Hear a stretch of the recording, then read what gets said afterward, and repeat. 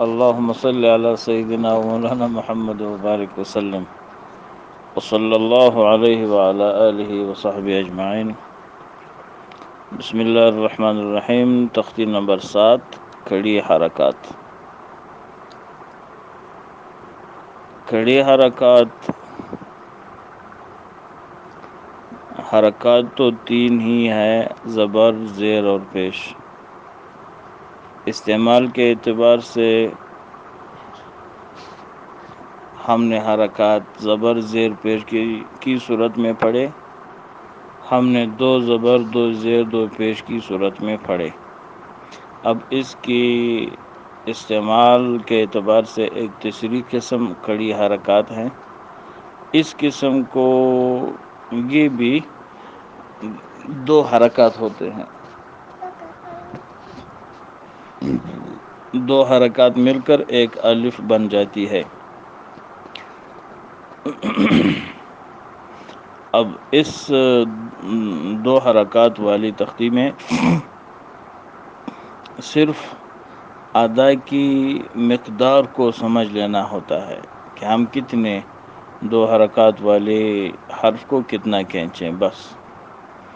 اب با کڑا زبر با، با کڑی زیر بی، با الٹا پیش بو، با بی بو.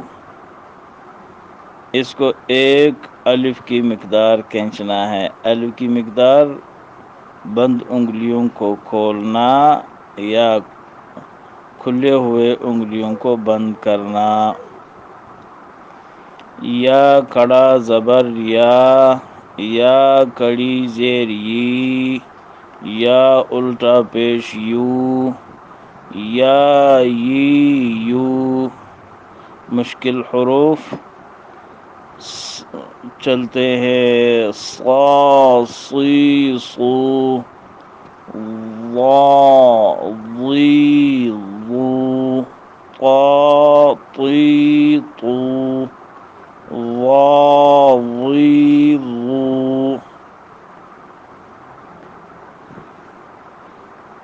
یہ ہو گئی ترتیب کہ حرکات کو ہم کیسے ایک الف کی مقدار کھینچتے ہیں. اب اس بات کو کہ یہ ایک الف کی مقدار کھینچے جاتے ہیں تو اس کا مطلب ہوا کہ یہ بات ہمیں سمجھ نہیں آئی کہ ایک الف کو کس طرح ہم سمجھ لیں، ایک الف کی مقدار کیا ہے.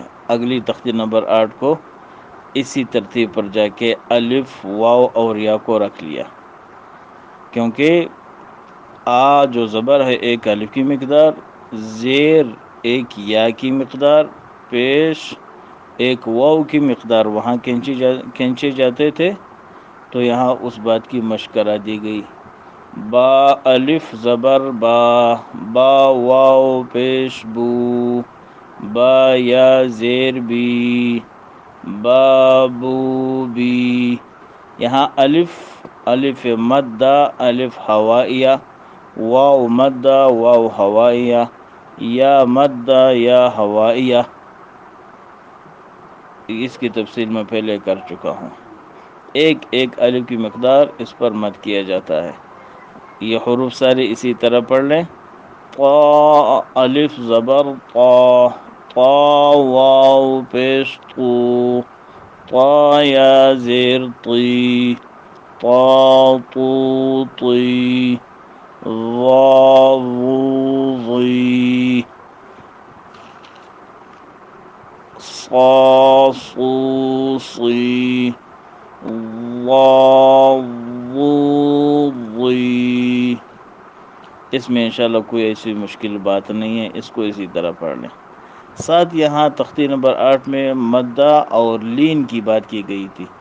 لین واو اور یا،